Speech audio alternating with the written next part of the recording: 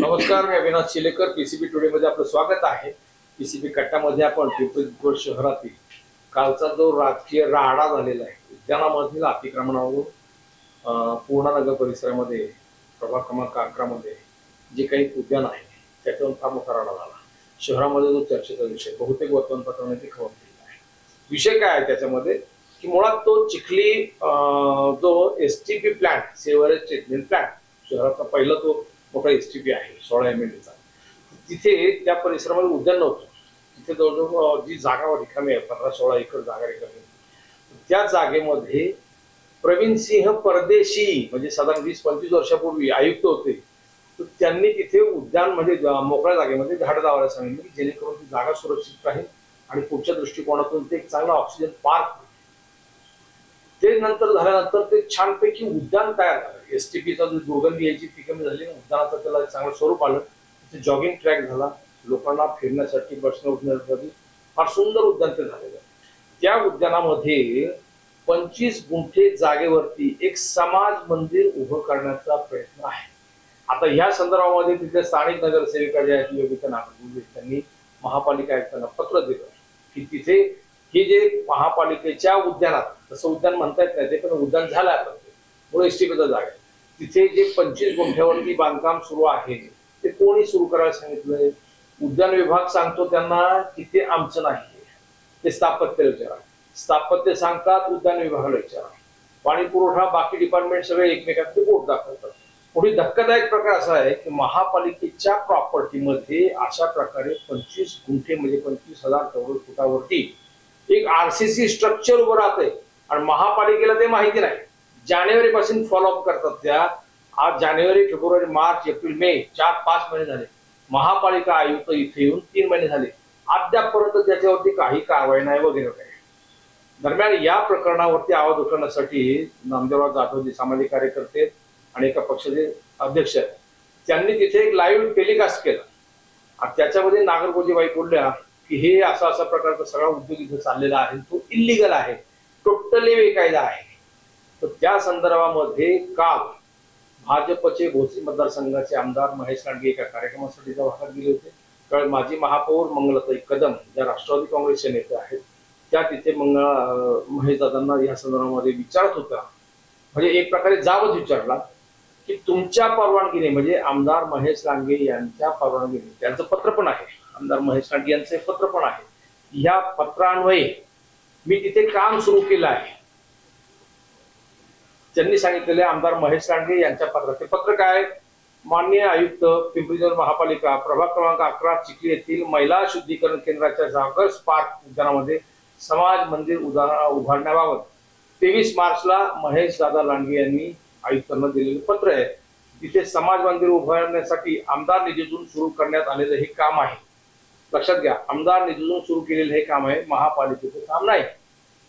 त्याच्यामुळे नागरिकांसाठी बसण्याची व्यवस्था, योगा करण्यासाठी जागा, तसेच समाज बांधवांसाठी आवश्यक सुविधा उपलब्ध करून देण्यात येत आहे, असं पत्र आमदारांनी आयुक्तांना दिलेलं आहे.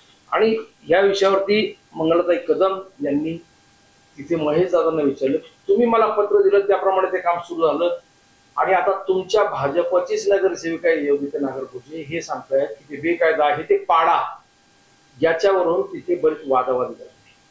कालचा हा प्रसंग झाला. आज सुद्धा या विषयावरती ते स्थानिक भाजपचे 4ही नगरसेवक एकत्र आले उद्यानामध्ये. नागरिक सुद्धा जमा झाले होते. तिथे बराच काही राडा झाला. प्रश्न असा आहे, या विषयावरती उद्यानामध्ये अशा प्रकारे बांधकाम करता येतं का? शहरामध्ये जवळपास 200 वरती उद्यान आहेत. किती उद्यानामधून अशा प्रकारची बांधकाम आहे? महापालिकेची त्याला परवानगी आहे का? म्हणजे अनधिकृत बांधकामाचा विषय येतो, उद्यानामधील अतिक्रमणाचा विषय येतो, राजकीय विषय तुटतो, याच्यामध्ये आपण बाजू करतो. विषय फक्त त्या उद्यानामध्ये सुरू असलेलं बांधकाम हे लीगल आहे का? महापालिकेची त्याला परवानगी आहे का? जर महापालिका आयुक्तांची त्याला परवानगी असेल तर ते अवैध असेल तर ते होतं कसं? महापालिका आयुक्त शहरभर अनधिकृत बांधकाम अतिक्रमणाची कारवाई करतात. त्यांना या बांधकामासंदर्भात नगरसेविकेने पत्र देऊन सुद्धा त्यांना लक्षात आलं नाही का? हे असे अनेक मुद्दे त्याच्यामध्ये उपस्थित होतात. या विषयावरती तटस्थपणे चर्चा करण्यासाठी म्हणून सामाजिक कार्यकर्ते मारुतराव भापकर भापकर सर आपलं स्वागत आहे. त्यांचे सगळे सामाजिक कार्यकर्ते उदय पाटील. उदयजी आपलंही स्वागत आहे. उदयजी ते स्वतंत्र संघटनेमार्फत आणि रोज त्या मुद्द्यामध्ये फिरायला जातात, तर पहिल्यापासून त्या विषयाचा फॉलोअप सुद्धा घेतात.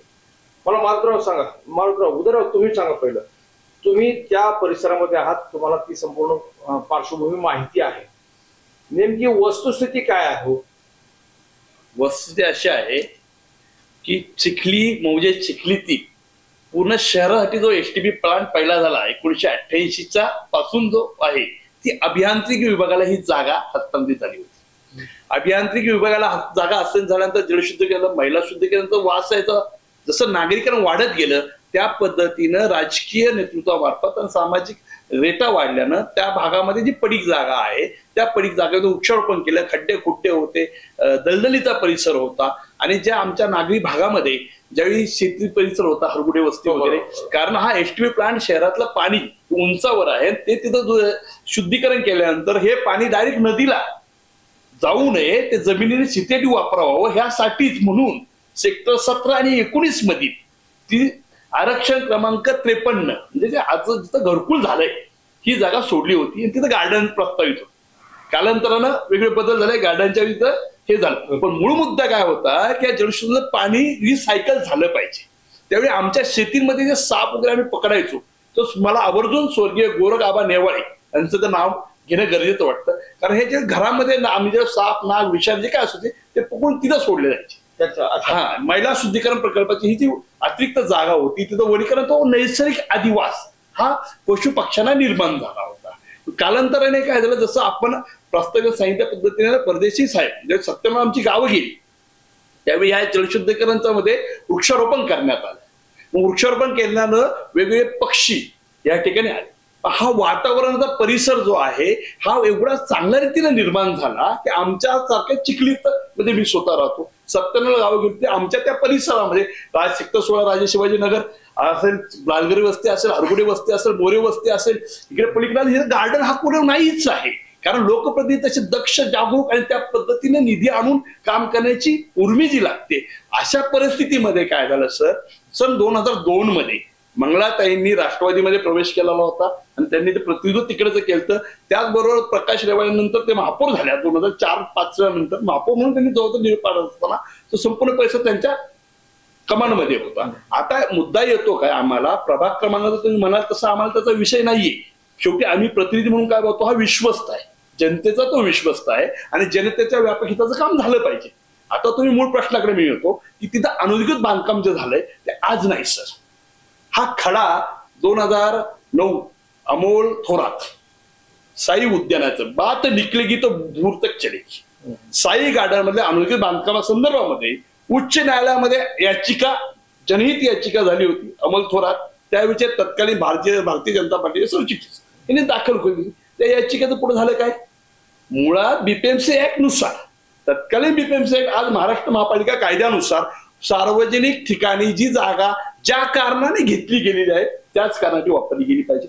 मात्र सुरुवातीला वॉचमॅनची केबिन ह्या पद्धतीने जे सिमेंटचं जंगल उभं करण्याचं काम करण्यात आलं लागलं. नंतर तिथं पिरॅमिड हॉल, सांस्कृतिक सभागृह, मग चंचू प्रवेश करत आला, मग मंदिराच्या नावाने. कारण धर्म ही अफूची गोळी आहे, त्या माध्यमातून वेगवेगळं राजकारण ज्याला त्याला करत सोयीचं राहतं आणि सर्वात मोठा कलेक्शन पॉईंट बनतो. त्या अनुषंगानं मंदिरं झाली उदंड.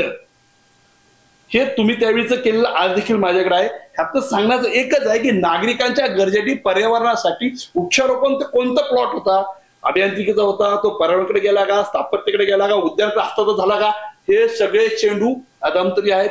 लोकप्रतिनिधी, सामाजिक कार्यकर्त्यांनी पालिकेशी पत्रव्यवहार केला तर जो तो आपापली जबाबदारी ढकलतो, दुसऱ्याकडे बोट करतो. मग मुळात करदात्याने जो पैसा गोळा जनतेचा होतो तो त्या उद्यानासाठी खर्च केला जातो, पर्यावरणासाठी खर्च केला जातो की आणखी कशासाठी खर्च होतो? मला एक सांगा, त्याच्यामध्ये ते जे बांधकाम आहे ते अवैध आहे की नाही? 1001% महिला शुद्धीकरणाच्या प्रकल्पामध्ये झाडे वृक्ष सोडून करता येत नाही. तिथं गेलेलं काम हे 1001% अनधिकृत आहे. निश्चित झाडं तोडलेली आहेत. 2024 मध्ये 300च्या वर झाडं तोडली गेली. माझ्याकडे वटवृक्ष आहेत, जेसीबी फिरलेला आहे, तिथे राडा रोडा आणून टाकलेला आहे. माझ्याकडे सर्व त्याचं फुटेज आहे, तारखेनुसार आहे. मुद्दा एकच आहे, त्यावेळी प्रशासकीय राजवट होती. आमचं प्रतिनिधित्व करणारे लोकप्रतिनिधी सभागृहामध्ये नव्हते. आता मुद्दा येतो काय सर, ती गार्डन त्याला म्हणायचं कारण का पडलं त्याची पार्श्वभूमी सांगणं गरजेचं आहे. कारण तो परिसर सेक्टर 17, सेक्टर 19 आणि सेक्टर 20 अशा ह्याच्यामध्ये येतो. तर महात्मा फुले नगर लागून आहे, तिथं छत्रपती शिवाजी पार्क ही अत्यंत छोट्यामध्ये दाटीवटीच्या जागेमध्ये झालेली पार्क आहे. मात्र आताचा जो उद्देश आलाय आणि हा एरेन्यू विषय आलाय, हा एरेन्यू विषयाचे कंगोरे वेगळे आहेत. कारण ज्या वेळी कंगोरे काय मला स्पष्ट करा, कंगोरे काय? कंगोरे म्हणजे सर असं आहे की आज हे म्हटलं जातंय, तुम्ही मगाशी स्थानिक नगरसेविका नागरगोजे यांचं नाव घेतलं, निश्चित कौतुकाची गोष्ट आहे, त्यांनी ह्या गोष्टीला वाचा फोडली. मग मला सांगा, सन 2017 मध्ये त्या प्रभागातून भाजपचं पूर्ण पॅनल निवडून आणि खांद्यावर त्यांनी भगवी पताका घेऊन प्रचार केलेला होता. मग 17 ते 2022 मध्ये ते लोकप्रतिनिधी त्या वार्डाचे होते, त्यांच्यासोबत एकनाथ पवार सत्तारूढ पक्ष नेते होते, भीमा बोबडेंच्या पत्नी अश्विनीताई बोबडे होत्या आणि इकडे संजय शेट्टी होते. अशा वेळी येत असताना नागरगोजेंनी भूमिका कोणत्या घेतल्या 17 ते 22 मध्ये? ह्याला कधी सुरुवात झाली? प्रशासकीय राजवटीमध्ये असताना तिथं तर आम्ही रोज जायचो, व्यायाम करायचो, तर पक्षांमध्ये असताना झाडं तोडली गेली सर्व. कोरोनाच्या काळामध्ये कोणीच कोण बाहेर पडू शकत नव्हतं, कोणाचाच कोणा अंकुश नव्हता. जास्त मागे जायला नको. नाही त्याचा मुद्दा सांगतोय सर. तिथे जे काम होत असताना 1 ऑक्टोबर 2024 ह्याच्याविषयी मी स्वतंत्र पोस्ट केली, फेसबुकवर टाकली. त्यानंतर आज जे म्हणतात आम्ही 25 मध्ये निवेदन दिलं, ते आलं. बरं ठीक आहे, निवेदन दिलं. आज मुद्दा स्पष्ट करायचा कारण एकच आहे, तो प्रभाग क्रमांक 10चा हिस्सा आहे का? नाही, तो प्रभाग क्रमांक 11चा आहे. प्रभाग क्रमांक 11 मध्ये कदम नावाचं कोणी लोकप्रतिनिधी आहे का? नाही. तिथं प्रतिनिधित्व करतात बीजेपी 4 नगरसेवक करतायत. हा सुंदर सुंदी येतो. एखादं उद्यान व्हायचं असेल, त्या उद्यानासाठी वर्षाकाठी किती खर्च होतो, त्यासाठी कामगार नियुक्ती करावी लागते, कामगारांच्या वेतनमध्ये असेल, निघणाऱ्या बजेटमध्ये असेल, हा सगळा येतो खेळ, हा मलिदासाठी येतोय. आणि हे चाललेलं आहे ते त्यासाठीच चाललेलं आहे की आमचा रेशो हा अबाधित राहायला गेला पाहिजे. जनतेच्या प्रश्नाचं काही घेणं नाही. हे पुतनावशीचं प्रेम आहे. उशिरा का होईना आले, चांगली गोष्ट आहे. एक लोकप्रतिनिधी म्हणून त्यांच्या पाठीशी आणि व्यापक जनतेचा जो प्रश्न घेऊन ते पुढे येत असतील तर जनतेने त्याच्या पाठीशी उभं राहिलं आहे. त्यामुळेच मी सकाळी त्या ठिकाणी गेलो होतो.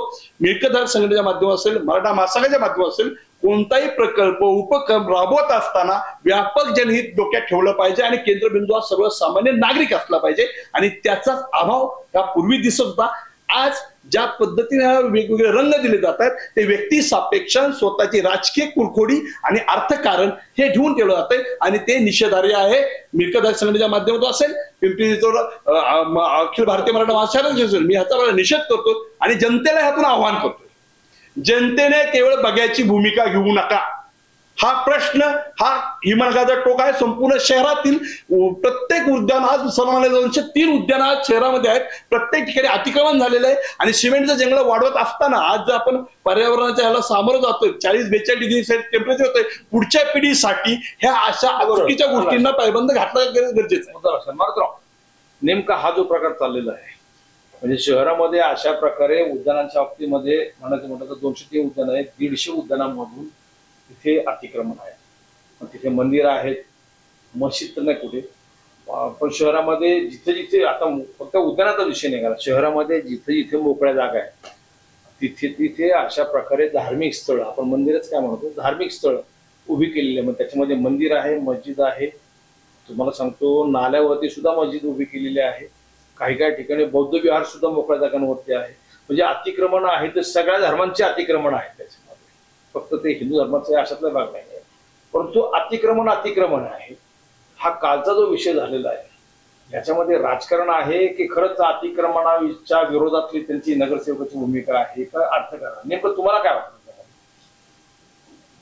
खर तर हा चिखलीतला जो काही प्रकार सामोरे आलेला आहे आणि त्यामध्ये ज्या पद्धतीने स्थानिक नगरसेवक माजी महापौर मंगलाताई कदम आणि आमदार महेशदादा लांडगे यांचा जो काही रोल त्यामध्ये कालच्या त्या व्हिडिओमधनं स्पष्ट होतोय, तो अत्यंत चिंताजनक आहे, अत्यंत गंभीर आहे. आपण सांगितल्याप्रमाणे या शहरामध्ये जवळपास 200च्या पेक्षा अधिक उद्यानं आहेत. महानगरपालिकेच्या विकास आराखड्यामध्ये 200 पेक्षा अधिक उद्यानं आहेत आणि अनेक क्रीडांगणं आहेत, अनेक आरक्षणाच्या जागा आहेत. PMRDAच्या देखील अशाच प्रकारच्या आरक्षणाच्या जागा आहेत. MIDCच्या देखील अशाच प्रकारच्या आरक्षणाच्या जागा आहेत. या जागेवरती अशा प्रकारे मंदिरांच्या नावावरती, मशिदींच्या नावावरती, चर्चच्या नावावरती, बौद्ध विहारांच्या नावावरती अतिक्रमण करायचं आणि त्या ठिकाणची जागा व्यापून टाकायची. आणि अशा प्रकारची ही अतिक्रमण होत असताना त्याला धार्मिक रंग द्यायचा. प्रशासनाने त्याच्याकडे जाणीवपूर्वक दुर्लक्ष करायचं, लोकप्रतिनिधींनी त्याला पाठिंबा द्यायचा आणि ही सगळी इमारती अशा प्रकारच्या उभ्या करायच्या. हे पिंपरी चिंचवड शहरामध्ये प्रत्येक विभागामध्येच आपल्याला झालेलं दिसेल. कालचा जो प्रकार आहे या ठिकाणी जो काय प्रभाग क्रमांक 11 चिखली महिला शुद्धीकरण प्रकल्पाची ती जागा आणि त्यामध्ये काही भागामध्ये महिला शुद्धीकरण प्रकल्प आणि उर्वरित जागेमध्ये त्या ठिकाणी मोठ्या प्रमाणात वृक्षारोपण करण्यात आलेला आहे. आणि तो जो काही जॉगिंग ट्रॅक आहे तो की त्या ठिकाणी अनेक विद्यार्थी, पोलीस भरतीचे विद्यार्थी, या शहरातले नागरिक, त्या विभागातले नागरिक त्या ठिकाणी सकाळी चालण्यासाठी जातात, त्या उद्यानाचा उपयोग करतात. ही जी काही उद्यानं आहेत ही या शहराची फुफ्फुस आहेत आणि त्यामध्ये जे काही वृक्षारोपण करण्यात आलेलं आहे, वृक्ष प्राधिकरण विभागाच्या माध्यमातून पिंपरी चिंचवड शहरामध्ये लाखो कोट्यावधी वृक्ष लागवड केली अशा प्रकारचा दावा केला जातोय आणि काही भागात ते लावले गेलेत आणि प्रचंड अशा प्रकारची आमच्याकडे वृक्षवल्ली आहे. ज्ञानोबा तुकोबांची ही भूमी आहे, मोरया गोसाईंची भूमी आहे, वृक्षवल्ली आम्हा सोयरे वंचरे असा संतांचा वारसा असणारी ही भूमी आहे. एका बाजूला अशा प्रकारच्या वृक्ष लागवडीवरती, वृक्ष संवर्धनावरती कोट्यवधी रुपये खर्च करायचा आणि दुसऱ्या बाजूला वृक्षांची कत्लेआम राजरोसपणे कोणालाही कळून देता करायचे. त्याचं उत्तम उदाहरण म्हणजे या ठिकाणी जे काही अनधिकृत बांधकाम या ठिकाणी सुरू आहे त्या ठिकाणी देखील मोठ्या प्रमाणात वृक्षतोड झालेली आहे.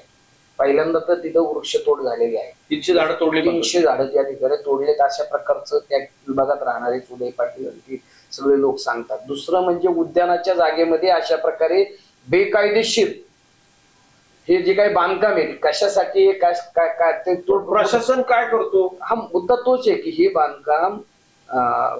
बांधकाम होते, हे याचं मुख्य उद्देश काय आहे आणि हे कोण करते. तर याच्यामध्ये स्पष्ट होतंय की आमदार महेशदादा लांडगे यांनी आयुक्तांना पत्र दिलेलं आहे आणि माझ्या आमदार निधीमधनं हे सगळं बांधकाम करायचंय आणि तशा पद्धतीने ते काम देखील लाखो रुपये सरकारी तिजोरीतले खर्च झालेले. आमदार निधी म्हणजे ती महेशदादांची व्यक्तिगत प्रॉपर्टी नाही किंवा त्यांची व्यक्तिगत रक्कम नाही, तर ती आमदार निधी म्हणजे शासनाचा निधी आहे आणि ते शासनाचा निधी हे जे काय चिखलीत प्रभाग क्रमांक 11 महिला शुद्धीकरणची इथं जे काही बांधकाम चाललेलं आहे त्याच्यावरती खर्च झालाय. ते अनधिकृत बांधकाम त्या ठिकाणी सुरू आहे आज आणि तिथले जे स्थानिक नगरसेवक आहेत, नागरगोजे मॅडम असतील किंवा नेवाळे असतील किंवा सानप आणि इतर ते जे 4 लोक आहेत ते मागच्या 3-4 महिन्यापासून महापालिकेकडे तक्रार देत आहेत. गंभीर बाब ही आहे की महानगरपालिकेमध्ये स्थानिक नगरसेवक तक्रार देत आहेत, आमदार महेशदादा लांडगे आयुक्तांना पत्र देत आहेत की माझ्या आमदार निधीमधनं हे बांधकाम करा आणि आयुक्त जे काय असतील आयुक्त याच्या अगोदरचे आणि आत्ताचे विजयराव सूर्यवंशी हे काय म्हणजे मुके आंधळे आणि बहिरे बनून त्याच्याकडे दुर्लक्ष देतात. याचा स्पष्ट अर्थ आहे की ते राजकीय दबावामध्ये येऊन या सगळ्या गंभीर बाबीकडे दुर्लक्ष करतायत. म्हातारी मेल्याचं दुःख नाही मात्र काळ सोकवता कामा नये चिलेकर साहेब. मला सांगा, आयुक्त जर स्वतःच्या उद्यानामधील, आयुक्त स्वतः म्हणजे महापालिकेच्या उद्यानातील अतिक्रमण कारवाई करू शकत नसतील तर महापालिका आयुक्तांना शहरातील अनधिकृत बांधकाम पाडायला कोण तरी आहे का? नाही, आता मोठ्या राणा भिंडू थाटामध्ये आयुक्तांनी अनधिकृत बांधकामावरती कारवाई सुरू केली असं सांगितलं. रोज बांधकामात तोडल्याचे जाहीर प्रेस नोट पाठवून ते जाहिरातबाजी त्याची करतायत आयुक्त विजयराव नगरसेवक सांगून सुद्धा. आणि हे सगळं करतायत. आयुक्त सांगतायत की अनधिकृत बांधकामाला अभय अजिबात दिलं जाणार नाही, त्याला प्रतिबंध करणार, त्याच्यावर कारवाई करणार आणि सामान्य लोकांच्या घरांवरती बुलडोजर फिरवले जात आहेत. दुसरं म्हणजे अनधिकृत महापालिकेचे बीट निरीक्षक, कार्यकारी अभियंता, शहर अभियंता, आयुक्त हे सगळे त्याला जबाबदार नाही. त्याला जबाबदार म्हणजे आयुक्तांनी सुरुवातीला आल्यानंतर इन्स्पेक्टर जसे 1-2 कारवाया कडक करतो ना, तसं अनधिकृत बांधकामाच्या कारवाईच्या संदर्भात काही कर्मचारी अधिकाऱ्यांनी टीप दिली कोणाला, नागरिकांना. ही आयुक्तांच्या बाब लक्षात आल्यानंतर त्यांना निलंबित करण्याचं काम केलं.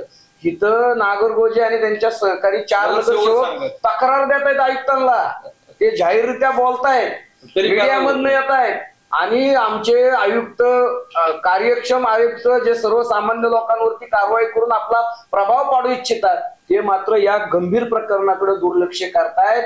मला स्पष्ट म्हणायचंय की याच्यामध्ये महेशदादांचं पत्र आहे. महेशदादा हे डायरेक्ट सीएमचे राईट हँड आहेत देवेंद्र फडणवीसांची, आणि महेशदादांचं हे पत्र आल्यामुळं आयुक्त महेशदादांच्या दबावामुळं या कामाकडं दुर्लक्ष करतायत. आयुक्तांची कायदेशीर आणि घटनात्मक जबाबदारी आहे. संबंधित बीट निरीक्षक असतील, तिथले उपअभियंता असतील, कार्यकारी अभियंता असतील, उद्यान विभागाचे, स्थापत्य विभागाचे लोक असतील, या सगळ्यांना तत्काळ पहिल्यांदा निलंबित केलं पाहिजे आयुक्तांनी. खरोखर जर आयुक्त म्हणून ते त्या ठिकाणी कारभार पाहत असतील आणि त्यांच्यात दम असेल थोडाफार, तर उद्याची उद्या 24 तासामध्ये संबंधित जबाबदार अधिकारी जे आहेत त्यांच्यावरती तत्काळ या ठिकाणी निलंबनाची कारवाई व्हायला हवी. वृक्ष तोडीच्या संदर्भात त्यांच्यावर जबाबदारी निश्चित केली पाहिजे. सरकारी महानगरपालिकेच्या जागेमध्ये अतिक्रमण करून अशा प्रकारचं स्ट्रक्चर उभं केलंय ती कारवाई झाली पाहिजे. आणि सगळ्यात गंभीर बाब महेशदादांचं हे जे काही पत्र आहे, हे पत्र तुम्ही आता काढले, तर ह्या पत्राची राज्याचे मुख्यमंत्री जे आहेत देवेंद्र फडणवीस, उपमुख्यमंत्री एकनाथ शिंदे आणि पालकमंत्री सुनेत्राताई पवार या पत्राची गंभीर त्यांनी दखल घेतली पाहिजे. आणि एक आमदार अशा प्रकारच्या अनधिकृत बांधकाम करण्याकरता आयुक्तांना पत्र देतात आणि ते सार्वजनिक जागेवरती अशा प्रकारे अतिक्रमण करून बांधकाम होते आणि त्याला आमदार निधीतनं खर्च केला जातोय. तर याची चौकशी झाली पाहिजे. याच्यात 100% आमदार देखील दोषी आढळणार आणि त्यांच्यावर देखील कायदेशीर कारवाई कायद्याप्रमाणे व्हायला पाहिजे. ती जबाबदारी आयुक्त विजय सूर्यवंशी यांनी घेतली पाहिजे, कारण या महानगरपालिकेचे आयुक्त म्हणून त्यांच्याकडे पदभार आहे. त्यांनी आमदार महेशदादा लांडगे या विभागाचे कार्यकारी अभियंता, उपअभियंता, कनिष्ठ अभियंता, स्थापत्य विभागाचे अधिकारी, उद्यान विभागाचे अधिकारी आणि संबंधित जे कोण कोण असतील त्यांच्या सगळ्यांवर कारवाई करण्याची जबाबदारी आयुक्त विजय सूर्यवंशी यांची आहे. जर त्यांनी ही कारवाई केली नाही तर त्यांच्यावर कारवाई करावी अशा प्रकारची मागणी आम्ही सरकारकडे करणार आहोत. निश्चितच आता मला तेच सांगायचंय, कारण कोरोनाच्या काळामध्ये प्रशासकीय राजवट असताना यांनी जो बहुतेक खर्च पद्धतीने केलेला आहे, वृक्षारोपांची म्हणजे अक्षरशः कत्तल केलेली आहे, हा केवळ कोणाच्या आर्थिक स्वार्थाचा विषय नसून नागरिकांच्या स्वास्थ्याशी निगडीत आहे, पर्यावरणाशी संबंधित विषय आहे. आणि हे होत असताना त्या ठिकाणी मागील 15 वर्षांमध्ये म्हणजे शिखर परदेशी आत्ता होते, त्याच्यावर तुम्ही परदेशी सरांचं नाव घेतलं ते 97 ला होते. 97 ते 2001 कारकिर्दीमध्ये असताना वृक्षारोपण केलं. त्यानंतरच्या काळामध्ये म्हणजे मागील 15 वर्षांमध्ये किंबहुना 10 वर्षांचा जरी आपण मागचा मागोवा घेतला तर पालिकेतून, कारण ही जागा कोणाकडे आहे हे कागदावरती नाही, एमआयडीसी जागा नाही सर, ही जागा एमआयडीसीची नाही, ही जागा प्राधिकरणाची, एमआयडीसीची जागा नाही. एमआयडीसी जागा प्रभाग क्रमांक 10 लागू होतो, ही प्राधिकरणाची जागा आहे. आमचं म्हणणं हेच आहे, ह्याच्यामध्ये पर्यावरण विभाग असेल ह्याच्यातून खर्च केला गेलेला आहे, स्थापत्य विभागातून काही खर्च दाखवलाय, उद्यान विभागातून काही खर्च दाखवलाय आणि सर्वात महत्वाचं म्हणजे अभियांत्रिकी. परंतु त्यावेळी त्याची जबाबदारी घेण्याची आणि त्याच्यावर जे प्रश्नचिन्ह निर्माण झालं तर हे चेंडू टोलवतात. आयुक्त साहेबांनी सर्वप्रथम ह्या प्रशासकीय याचा प्रमुख या नात्यानं मागील 10 वर्षांमध्ये झालेल्या खर्चा संदर्भामध्ये, झालेल्या कतली संदर्भामध्ये भूमिका निश्चित करावी, झालेल्या पैशाचं ऑडिट करावं, कारण हे पैसा करदाता जनतेचा आहे आणि हे जनतेला कळायला हवं. आणि जसं आता मारुती भाऊंनी सांगितलं, जरी ते फंड कोणत्याही फंडातून काम होत असलं तर ते जनतेसाठी होत असताना त्या जनतेला समजायला हवं, कारण ते आत्ता जे बोलतोय ना सर, आपण हे लोकहित बोलतोय, तिथे बांधकाम निषिद्ध आहे, बांधकाम करू शकत नाही. असं असताना देखील मागील 5 वर्षांमध्ये थोडं करत हे बांधकामाचं सोड विरार चाललंय. त्यामुळे ही 25,000 स्क्वेअर फीटची जागेचा विषय नाही आहे, पक्षांचं जे स्थलांतरण झालेलं आहे. आणि सर्वात महत्वाची गोष्ट असेल, वृक्षवल्ली सोयरी आम्हा वनचरी या संत वचनानुसार लोकप्रतिनिधी कोणत्या प्रभागात येईल हा विषय महत्वाचा नाही. महत्वाचा विषय येत होते जनतेच्या ह्या हितासाठी हेच लोकप्रतिनिधी पालिका सभागृहामध्ये आवाज बुलंद करून जनतेच्या हिताचं रक्षण करावं. तुम्ही माझ्या हद्दीत यायचं नाही, मी तुमच्या हद्दीत यायचं. कोणताही प्रभाग म्हणजे नगरसेवकाची जहागिरी नाही, हे पहिलं लक्षात घ्यायला पाहिजे. जनता ही मालक आहे. प्रत्येक नगरसेवक असं स्वतःला समजतात की त्या प्रभावात आम्ही निवडून आलो म्हणजे आम्ही त्या प्रभावाचे मालक झालो. मालक जनता आहे, तुम्ही विश्वस्त आहात. हे शेवट लक्षात घ्या. सकाळी या संदर्भामध्ये फार सुंदर कव्हरेज दिले. सकाळचं सुद्धा अभिनंदन. कारण सकाळी हा मुद्दा वादग्रस्त मुद्दा आहे, तसं तो राजकीय अंगाने त्यांनी मांडलेला आहे आणि त्यातले काही मुद्दे प्रश्न पण उपस्थित केले. पण मला ह्याच्यामध्ये एक महत्वाचं सांगायचं असं आहे, शहरामध्ये अशा प्रकारे जिथे जिथे मोकळ्या जागा असतील तिथे तिथे मंदिर बांधा, मस्जिद बांधा, बौद्धविहार बांधा. अनेक ठिकाणी म्हणजे हे सगळं धार्मिक, आपण त्याला धार्मिक अतिक्रमण म्हणतो. धर्माचा विषय आल्यावरती म्हणजे तुमच्या भावना अत्यंत संवेदनशील असतात. मित्र हो, हे शहर जितक्या मोठ्या प्रमाणात वाढले त्या प्रमाणामध्ये मंदिर, मस्जिद किंवा चर्च किंवा बौद्धविहार याला कुठेही जागा अधिकृतपणे उपलब्ध नव्हत्या. परिणाम तिथे राजकीय पाठबळावरती जिथे जिथे मोकळ्या जागा असतील ना तिथे तिथे अतिक्रमण झालं. एमआयडीसी मध्ये मारुतराव तुमच्या मोहननगरला मोकळ्या जागा एमआयडीसीच्या होत्या. तिथे एका भाजपच्या ज्येष्ठ कार्यकर्त्यांनी त्यावेळेस तिथे मंदिरासाठी म्हणून बांधकामं केली आणि मागच्या बाजूला मोठ्या चाळी आपण मानून त्या जागा हडप केल्या. मंदिराच्या नावाने हे सगळं झालेलं आहे. अशाच प्रकारे दिघीचं गायरान फार मोठ्या प्रमाणात शिल्लक होतं. एका राजकीय व्यक्तीने, राजकीय म्हणत्या माजी आमदाराने किंवा आमदाराने म्हणा, तिथे वेगवेगळ्या समाजाच्या लोकांना 5 गुंठे 3 गुंठे 5 गुंठे 3 गुंठे त्यांना सांगितलं सरळ तुम्ही तिथे तुमच्या समाज मंदिर किंवा तुमच्या समाजाचं काय असेल ते बांधून टाका. आज गजानन नगर जो परिसर आहे तो संपूर्ण परिसर अशा प्रकारे मासोळकर कॉलनीमध्ये तुम्ही गेलात तर वास्तू उद्योगच्या त्या बाजूला पलीकडच्या तिथे सुद्धा जिथे महापालिकेचं मंडई आहे त्या मंडईच्या बाजूला संपूर्ण मोकळा भूखंड महापालिकेचा होता. लाईनशीर इथून तिथून मंदिरं झाली. शहरामध्ये अशा प्रकारे तुम्ही कित्येक ठिकाणी नाला बुजवून तिथे मस्जिद झाली, नाल्यावरती स्लॅब टाकून मस्जिद झालेली आहे. अनेक उद्यानांच्या मोकळ्या जागा कॉर्नर पीस जे शिल्लक होते तिथं बौद्ध विहार झाले. नदीच्या किनारी जिथे फ्लड लाईन आहे तिथे मोकळी जागा आहे. तिथे सुद्धा अगदी सोपं जरा पिंपळे निलकला नदीमध्ये भराव टाकून एक प्रचंड मोठं महादेवाचं मंदिर बांधलेलं आहे. म्हणजे हे अनेक ठिकाणी आहे. सगळ्या धर्मांची आहेत, कोणी त्याच्यामध्ये उत्तर तांदळासारखं नाही. त्याच्यामध्ये सगळे जबाबदार. महापालिका प्रशासन प्रत्येक ठिकाणी दुर्लक्ष करते. त्याचा परिणाम या शहरामधले छोटे छोटे जे भूखंड आहेत जे नागरिकांच्या वेगळ्या सेवा सुविधांसाठी आरक्षित आहेत त्या सगळ्यांची वाताहत झालेली आहे.